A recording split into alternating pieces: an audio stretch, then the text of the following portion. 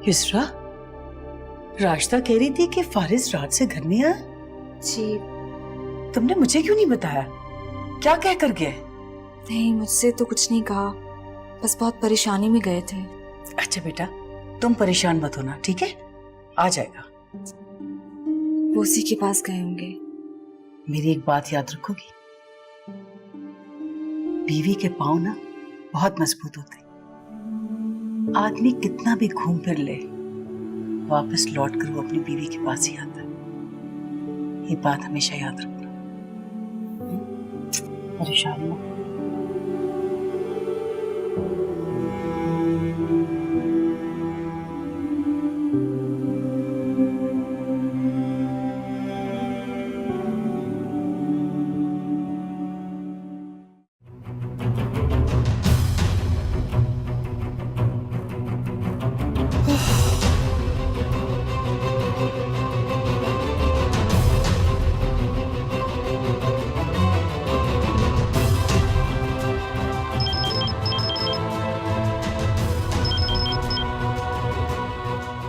अस्सलाम वालेकुम बेगम साहिबा।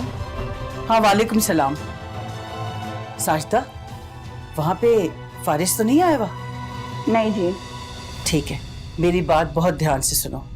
अगर वहाँ फारिस आता है, उसका सामना राबी से हरगिज नहीं होना चाहिए, समझी?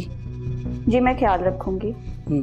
और राबी से भी कह देना कि अगर फारिस आया है वहाँ, उसके सामने बिल्कुल ना आए। जी मैं कह देती हूँ बेगम साहिबा।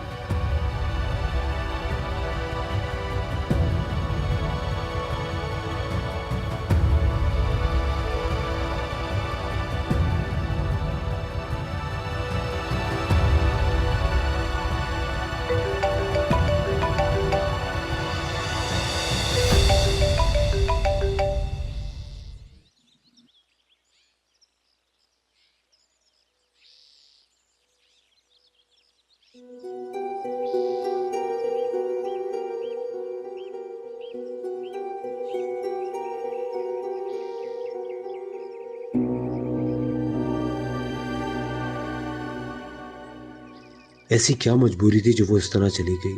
अगर हमसाया में से भी कोई सवाल जवाब कर रहा था तो मुझे बताती, मैं खुद सबको जवाब दे देता। यकीनन डर गई होगी, लेकिन राब्ता तो करती मुझसे। वो अपने घर के सिवा और कहीं नहीं जा सकती। इस तरह मैं उसके घर जाऊंगा तो आंटी क्या सोचेंगी?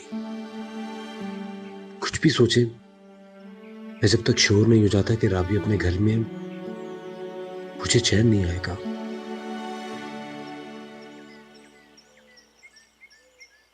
बेगम साहिबा ने कहा था मैं आपसे भी कहता हूँ।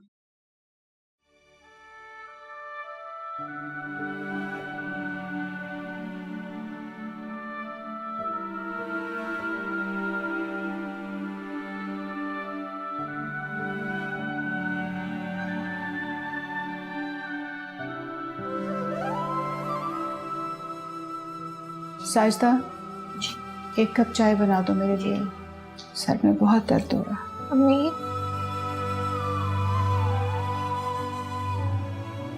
मैं सारी रात तड़पती रही हूँ मैं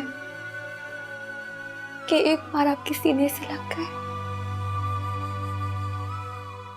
मेरे सारे पछतावे कह दो।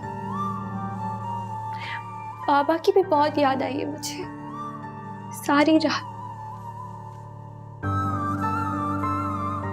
की रूह भी तड़पती रही होगी सारी रात।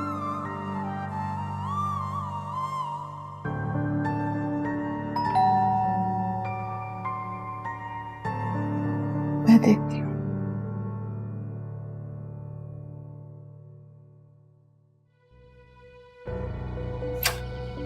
अस्सलाम वालेकुम आंटी। वालेकुम अस्सलाम। फारिस, तुम इस वक्त खैरियत है? जी जी आंटी, वो बस करीब एक काम से आया था, सोचा आपको सलाम करता चलो। इशरा, तो अंदर आओ ना, मैं तुम्हारे लिए चाय बनाती हूँ। आओ। अब नहीं, इट्स ओके। मैं तो बस यूं ही आया था आपको सलाम करने। आप ठीक है? घर में सब खैरियत है ना? हाँ, सब खैरियत है। अच्छा नहीं लगता तुम ऐसे बाहर खड़े हो, बेटा अंदर तो आओ ना। नहीं आंटी, मैं फिर आराम से आऊंगा युसरा के साथ। चले, ओके, खुदा हाफिज।